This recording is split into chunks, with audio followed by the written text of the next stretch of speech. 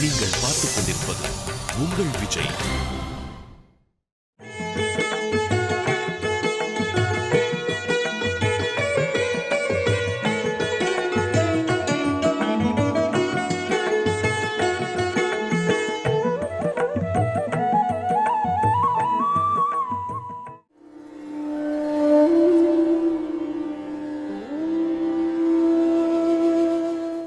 இங்கேருந்து எவ்வளோ தூரம் இருக்க? நம்ம போகிறதுக்கு எவ்வளோ தூரம் இருக்க? ஒரு 5 மைல் இருக்குமா? அவ்வளோ தூரம் இருக்குமா? இப்படியே தான் இருக்கும் பார்த்தேன். இது எங்கே போகுது? அங்கேருந்து தண்ணி வர வழி இல்லையா? இப்போ நாம் படவேடு கிராமத்திலிருந்து கரடுமுரடான பாதையில், மலைப்பாதையில் பல மலை கிராமங்களை தாண்டி கொண்டு சுமார் 5 கிலோமீட்டர் இருக்குமா, நம்ம அங்கே வந்து அந்த 5 கிலோமீட்டர் தொலைவு பயணம் பண்ணி ஜவ்வாது மலையினுடைய அடிப்பகுதிக்கு வந்திருக்கோம். இங்கிருந்து நாம் இன்னும் சுமார் 5 அல்லது 10 கிலோமீட்டர் மலையிலேயே போகணும். அங்கே பாண்டவர்கள் தவம் செய்த, அதாவது பாண்டவர்கள் தீர்த்த யாத்திரையின் போது இங்கே வந்து தவம் செய்த இடங்கள் இருப்பதாக சொல்கிறார்கள். மேலும் அதிமானுஷமான, அதாவது நம்மால் உணர முடியாத அளவிற்கு பல தெய்வீக விஷயங்கள், அமானுஷ்யமான விஷயங்கள் நடக்கக்கூடிய இடங்களும் இங்கே இருப்பதாக நம்முடைய கிராமத்து நண்பர்கள் தெரிவித்திருக்கிறார்கள். இத்தனை பேர் இங்கே வழிகாமிச்சு வந்திருக்கா. வழிநடுக்க இந்த நாககமண்டல நதி ரொம்ப சில்லுன்னு பிரவகித்து வருகிறது. அதனுடைய அந்த தெளிந்த தீர்த்தத்தை பருகுவதினாலே நமக்கு விடாய் தெரியவில்லை. பெரிய பயணம் இது. இந்த பயணத்தில் பாண்டவர்கள் தவம் செய்த அந்த புண்ணிய பூமியை நாம் பார்க்க போகிறோம், பாண்டவர் பூமியை பார்க்க போகிறோம். மேலும் பல சித்தர்கள் இன்றளவும் இந்த மலையில் வசிப்பதாக சொல்கிறார்கள். அவர்கள் யார், அந்த பெருமைகள் என்ன, இதெல்லாம் தொடர்ந்து பார்க்க போகிறோம். வாங்கோ, ரொம்ப கவனமாக வாங்க எல்லாரும். நீங்கள் ஒருத்தர் முன்னாடி இப்போ வழி காமிங்க எனக்கு.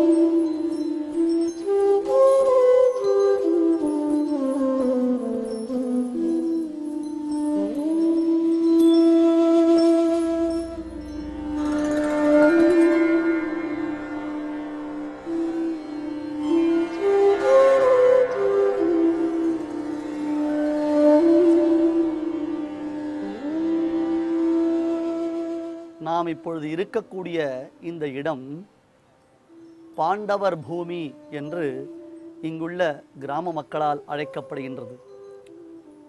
பாண்டவர்கள் துரியோதனனால் அநியாய மார்க்கமாக ராஜ்யம் அபகரிக்கப்பட்டு நாட்டை விட்டு வெளியேற்றப்பட்டார்கள். அதில் 12 வருடங்கள் வனவாசம், 1 வருடம் மறைந்து வாழ்தல் என்னும் நியமத்துடன் அஜ்ஞாதவாசம் பிரதிஜை செய்யப்பட்டது பாண்டவர்களினாலே. தங்களுடைய சொந்த நாட்டை இழந்து நாடோடிகளாக, பதாதிகளாக பாண்டவர்கள் எங்கெங்கோ திரிந்தார்கள். ஸ்ரீமன் மகாபாரதத்தில் பாண்டவர்களுடைய தீர்த்த யாத்திரை வெகு சிறப்பாக வர்ணிக்கப்படுகின்றது.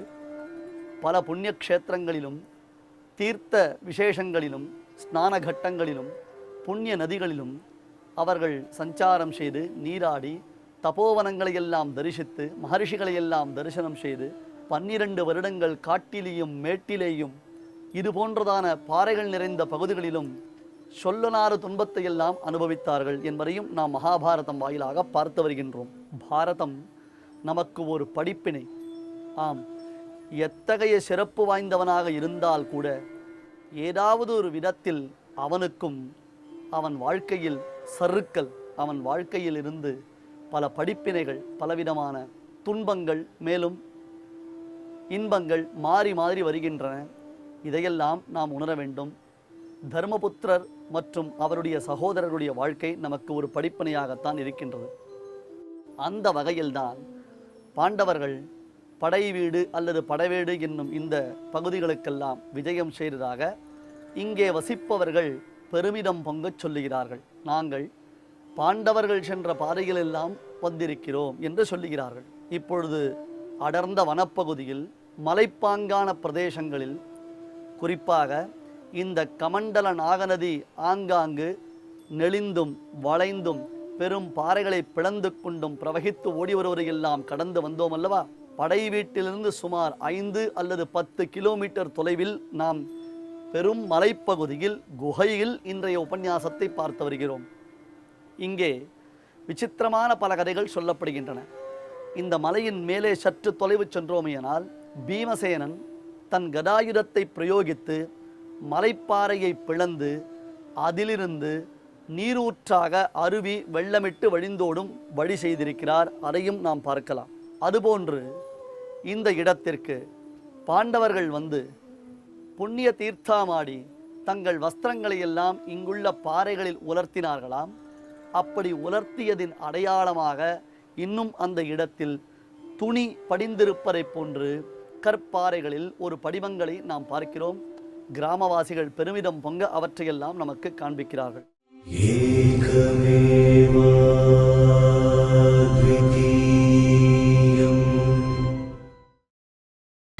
நீங்கள் பார்த்துக் கொண்டிருப்பது உங்கள் விஜய். இந்த இடத்திற்கு பாண்டவர்கள் வந்து புண்ணிய தீர்த்தமாடி தங்கள் வஸ்திரங்களை எல்லாம் இங்குள்ள பாறைகளில் உலர்த்தினார்களாம். அப்படி உலர்த்தியதின் அடையாளமாக இன்னும் அந்த இடத்தில் துணி படிந்திருப்பதை போன்று கற்பாறைகளில் ஒரு படிமங்களை நாம் பார்க்கிறோம். கிராமவாசிகள் பெருமிதம் பொங்க அவற்றையெல்லாம் நமக்கு காண்பிக்கிறார்கள். அது தவிரவும் இங்கே பேச்சிப்பாறை என்பதாக ஒரு பகுதி அமைந்திருக்கிறது. அது ஓர் மாபெரும் அரக்கி, ராட்சசி, தாட்டகை போன்றவள், பூதனையை போன்றவள், உருவத்திலும் பெரியவள், கோரமான காரியங்களை எல்லாம் செய்யக்கூடியவள் இந்த வனப்பகுதிகளெல்லாம் சஞ்சரித்து கொண்டிருந்தாள். பாண்டவர்கள் வந்தார்கள். வந்த சமயத்தில் அவர்களை இவள் தடுத்து நிறுத்தினாள். பாண்டவர் பட்சத்தில் இருந்து பீமசேனன் அந்த அரக்கியுடன் போர் புரிந்தான். இவள் பெண்ணாயிற்றே என்று முதலில் தயக்கத்துடன் இருந்த பீமசேனன் கூட பொறுக்க முடியாத துன்பங்களை எல்லாம் அந்த அரக்கி விளைவித்த பொழுது அது பொறுக்காமல் அவளை அறைந்து அவள் தன் மார்புகளை வேருடன் பறித்து எரிந்தானாம். இப்படி பேச்சியின் மார்பகங்களை பீமன் பறித்து எழுந்த இடத்தில் ஆழமான 2 குழிகளை, 2 பள்ளங்களை நாம் பார்க்கலாம். அவற்றின் ஆழம் எவ்வளவு என்பது தெரியவே தெரியாதாம். அந்த அளவிற்கு ஆழம். எப்பொழுதுமே கோடை காலத்தில் கூட, கடும் கோடையில் கூட இந்த இடத்தில் நீரூற்று வற்றாமல் பிரவகித்து வந்து கொண்டிருக்கிறது. அத்தகையதொரு இடம்தான் இப்பொழுது நாம் பார்க்கக்கூடிய தபோவனமான இந்த இடம். அன்பர்களே, ஒரு வேண்டுகோள். கூடிய வரையில் மனிதர்கள் காலடிகள் படாத இடமாகத்தான் இந்த இடங்கள் விளங்குகின்றன. ஏனென்றால் இங்கே அவ்வளவு சுலபத்தில் யாராலையும் வந்துவிட முடியாது. அடிக்கடி காட்டாற்றில் வெள்ளம் உண்டாகின்றது. எனவே இந்த இடம் இன்னும் அதே தெய்வீகத்தன்மையுடனும், அது தவிர பரம பரிசுத்தமாக துளியும் குப்பை கூளங்கள் இல்லாமல், ஜனசஞ்சாரம் இல்லாமல் இருக்கின்றது. நம் மனதில் இனந்தெரியாத ஒரு அமைதியை உண்டாக்குகின்றது. ஆகையால் இந்த இடங்களையெல்லாம் நீங்கள் திரையில் தரிசித்து கொள்வதுடன் நிறுத்தி கொள்ளுங்கள். நேரடியாக வர வேண்டும் என்று ஆசை கொள்ளாதீர்கள். 20 நிமிடத்தில் இந்த இடங்களை நீங்கள் பார்த்து விடுகிறீர்கள். ஆனால் நம் தொலைக்காட்சி குழுவினருடன் இங்கே வருவதற்கு சுமார் 2.5 மணி காலங்கள் பிடித்தன.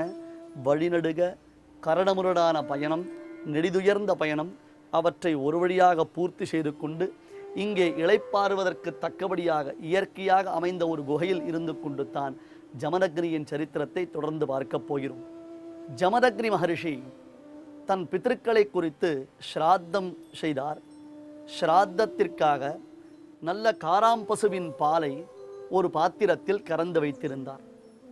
ஆனால் அவர் தம் பொறுமையை சோதிப்பதற்காக குரோதம், கோபம் என்னும் அந்த குணம் மனித உருக்கொண்டு நேராக வந்து பாத்திரத்தில் வைத்த பாலை கீழே கவிழ்த்து விட்டது.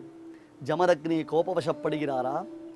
இதனால் அவர் செய்யும் நற்காரியம் தடைபடுமா என்றெல்லாம் கோபம் எதிர்பார்த்தது. ஆனால் மகரிஷி தன் வாழ்க்கையில் ஒரு முறை செய்த தவற்றை மறுபடியும் செய்வது இல்லை என்பதாக பிரதிஜை செய்திருக்கிறார். ரேணுகாதேவி திறத்தில் தான் கொண்ட கோபத்தினால் விளைந்த விபரீத விளைவுகளை எல்லாம் உணர்ந்திருந்ததினாலே இனி தன் வாழ்க்கையில் தனக்கு கோபமே வரக்கூடாது என்பதில் மகரிஷி உறுதியாக இருக்கிறார். எனவே கோபதேவதையை பார்த்து சொன்னார், குரோதமே, என் திறத்தில் நீ குற்றம் புரியவில்லை, பித்திருக்கள் திறத்தில் தான் நீ குற்றம் இழைத்திருக்கிறாய். ஆகையால் பித்திருக்கள் உன்னை பார்த்து கொள்வார்கள் என்று சொன்னார். அதன்படியே குரோதம் என்னும் அந்த கோபதேவதைக்கு பித்திருக்கள் கீரிப்பிள்ளையாகி விட வேண்டும் என்று சாபமிட்டார்கள். ஆயிற்று. சாபத்திற்கு விமோச்சனம் என்ன என்று அந்த கீரிப்பிள்ளை கேட்க, எங்கே மிகச்சிறந்த வகையில் தானம் செய்யப்படுகின்றதோ அப்படி தானங்கள் செய்யப்படும் இடத்திற்கு சென்று அந்த புண்ணிய பூமியில் நீ விழுந்து பிறண்டாயானால் உன்னுடைய சரீரம், உன் தேகம் தங்கமயமாகும். அந்த தினம் உனக்கு சாப விமோச்சன தினம். எப்பொழுது உன் உடம் முழுவதும் சாம்பல் நிறம் பூத்திருக்கக்கூடிய உன்னுடைய உடல் முழுவதும் பொன்மயமாகின்றதோ, ஒரு இண்டு இடுக்கு ஒரு ரோமக்கால்கள் கூட விடாமல் எப்பொழுது இவை அனைத்தும் சாம்பல் மயமாகின்றதோ அன்றைய தினத்தில் சாப விமோச்சனம் என்று கீரிப்பிள்ளைக்கு சொல்லிவிட்டார்கள். ஆம், கீரிப்பிள்ளையாக சாபம் பெற்ற குரோத தேவதையை குறித்து பித்திருக்கள் சொன்ன வார்த்தை. அது முதற்கொண்டு கீரிப்பிள்ளை எங்கெல்லாம் தானங்கள் நடக்கின்றனவோ, எங்கெல்லாம் யாகங்கள் நடக்கின்றனவோ, எங்கெல்லாம் சமாராதனைகளாக நடக்கின்றனவோ அங்கெல்லாம் சென்று பார்த்தது. அவர்கள் புஜித்த அன்னத்தை உண்ட அன்னத்தை மிகுந்த அன்னத்தை உண்டு பார்த்தது. அந்த இலைகளில் பிறண்டு பார்த்தது. ஒரு இடத்திலும் கீரிப்பிள்ளைக்கு சாப விமோச்சனம் ஏற்படவில்லை. எப்பொழுதுமே கோபவசப்படும் பொழுது பின்வரும் விளைவுகளை நாம் யோசிப்பது இல்லை. ஆனால் கோபத்தினால் விபரீதங்கள் நிகழ்ந்த பின்பு அனுதாபம் கொள்கிறோம், பశ్చాத்தாபப்படுகிறோம். பశ్చాத் தாபம் என்றால் என்ன? செய்த காரியத்தை நினைத்து பின்னர் வருத்தமுறுவது. அடடா, நாம் இதை செய்திருக்க கூடாது, இப்படி செய்துவிட்டோமே என்று நினைத்து செய்த தவறை நாம் சரிப்படுத்த முடியாமல், ஒழுங்குபடுத்த முடியாமல் வருந்துகிறோம். அதுபோன்றுத்தான் கோப தேவதையே இப்பொழுது வருத்தமுற ஆரம்பித்தது. ஏனென்றால் அக்காலத்தில், அதாவது இவை அனைத்தும் புராண காலங்கள் அல்லவா, அதுவும் பாண்டவர்கள் வாழ்ந்த சமயம் அல்லவா, அந்த புராண காலத்திலேயே தானம், தர்மம் முதலானவை சிறக்கவில்லை. எங்கு ஆடம்பரம் இல்லாமல் ஆத்மார்த்தமாக தானம் அளிக்கப்படுகின்றதோ அவ்விடத்திற்கு சென்றால், ஹே கீரியே, உன் சரீரம், உன் தேகம் தங்கமயமாகிவிடும் என்றென்றோ பித்திருக்கள் சொல்லியிருக்கிறார்கள். இதுவோ எங்கும் திரிந்து இங்கும் அங்கும் அலைந்து பார்த்து கூட அதற்கு நற்கதி உண்டாகவில்லை என்றால் செய்த தீவினை எத்தகையது? நாம் ஜமதக்னியின் திறத்தில் அபராதம் செய்வதாக நினைத்து கொண்டு பெரும் பாபத்தை சம்பாதித்து விட்டோமே, இப்படியெல்லாம் வருந்தியது. கடைசியில் அந்த கீரிப்பிள்ளைக்கும் நற்கதி கிடைக்கும் காலம் ஒன்று உண்டாயிற்று. மகாத்மாவான தர்மபுத்திரர் தன் தம்பியருடன் சேர்ந்து கொண்டு ராஜசூயம் என்னும் மாபெரும் யாகத்தை நிகழ்த்தப் போகிறார். அந்த யாகத்தில் தான தர்மங்களை வாரி வாரி அளிக்கப் போகின்றார். எல்லா மகரிஷிகளும், சித்தர்களும், அந்தணர்களும் மற்றும் ஏழைகளும் எல்லோருமே வந்து அந்த யாகத்தில் கலந்து கொள்ளப் போகிறார்கள். ஏனைய அரசர்கள் தர்மபுத்திரருக்கு தாங்கள் கீழ்ப்பட்டவர்கள், கீழ்ப்படிந்தவர்கள் என்பதை காண்பித்து கொண்டு வரப்போகிறார்கள். ஆகையால் நாம் நற்கதி பெறுவதற்கு இதைவிட உயர்ந்த சந்தர்ப்பம் வாய்க்காது என்று நினைத்து கீரிப்பிள்ளை தர்மபுத்திரரின் ராஜசூய யாகத்திற்கு வந்து சேர்ந்தது.